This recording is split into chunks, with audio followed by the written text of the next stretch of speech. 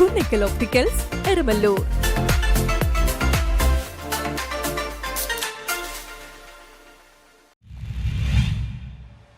പഹൽഗാം ഭീകരാക്രമണത്തിൽ പ്രതിഷേധിച്ച് unorganised workers Congress.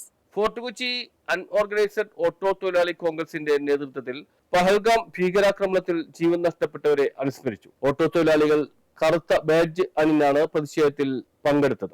രാജ്യത്ത് ഉടനീളം നടക്കുന്ന ഭീകരവാദത്തിനെതിരെ ശക്തമായ പ്രതിരോധം ഉണ്ടാകണമെന്നും രാജ്യം ഒന്നായി ഭീകരവാദത്തിനെതിരെ പോരാടണമെന്നും രാജ്യസുരക്ഷ ഉറപ്പുവരുത്തണമെന്നും രാജ്യത്തെ ജനങ്ങളെ രാഷ്ട്രീയ മുതലെടുപ്പിന് വിധേയമാക്കരുതെന്നും മതത്തിന്റെ പേരിലും അക്രമികൾ വന്നാൽ അടിച്ചമർത്തുക തന്നെ ചെയ്യണമെന്നും ഒരു മതവും ഭീകരവാദത്തെ പ്രോത്സാഹിപ്പിക്കുന്നില്ലെന്നും അനുസ്മരണത്തിൽ അധ്യക്ഷത വഹിച്ച് സംസാരിച്ച ഷമീർ വളവത്ത് പറഞ്ഞു. നമ്മൾക്കറിയാം, നാടിനെ രാജ്യത്തിനെ നെട്ടിച്ചുകൊണ്ടുള്ള ഒരു ഭീകരവാദമാണ് കാശ്മീരിൽ നടന്നിരിക്കുന്നത്.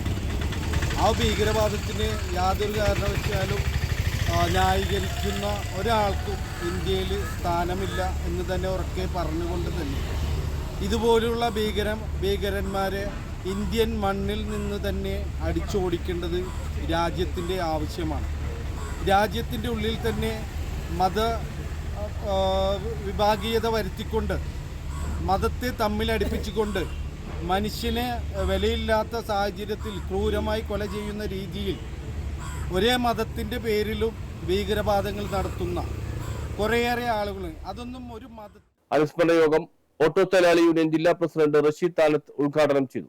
പ്രതിരോധ മന്ത്രിയും അതുപോലെ തന്നെ അമിത്ഷായും കൂട്ടുപിടിച്ചുകൊണ്ട് പാവപ്പെട്ട സൈനികരെ ആ വഴിയിൽ കൂടെ വണ്ടിയിലോ അല്ലെങ്കിൽ കാൽനടയായ പോകാൻ പാടില്ല എന്ന് കർശന തീരുമാനം ഉണ്ടായിട്ട് പോലും ആ തീരുമാനത്തെ ലംഘിച്ചുകൊണ്ട് അമിത്ഷാ അവരെ നടത്തിക്കൊണ്ടുപോവുകയുണ്ടായത്.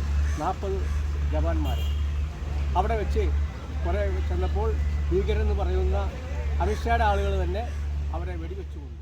Convener HK Nazeer, coordinator Najeeb, ജില്ലാ സെക്രട്ടറിമാരായ ആർ സന്തോഷ്, അരുൺകുമാർ, കോൺഗ്രസ് ബ്ലോക്ക് ഭാരവാഹികളായ ആർ ബഷീർ, മൻസൂർ അലി, ഷീജ സുധീർ, സുനിത ഷമീർ, ഷീബ ഷാലി, ഷാജി, ജോപ്പൻ ജോസഫ് എന്നിവർ സംസാരിച്ചു. സജി അറക്കൽ നന്ദി രേഖപ്പെടുത്തി. News bureau, Fort Kochi.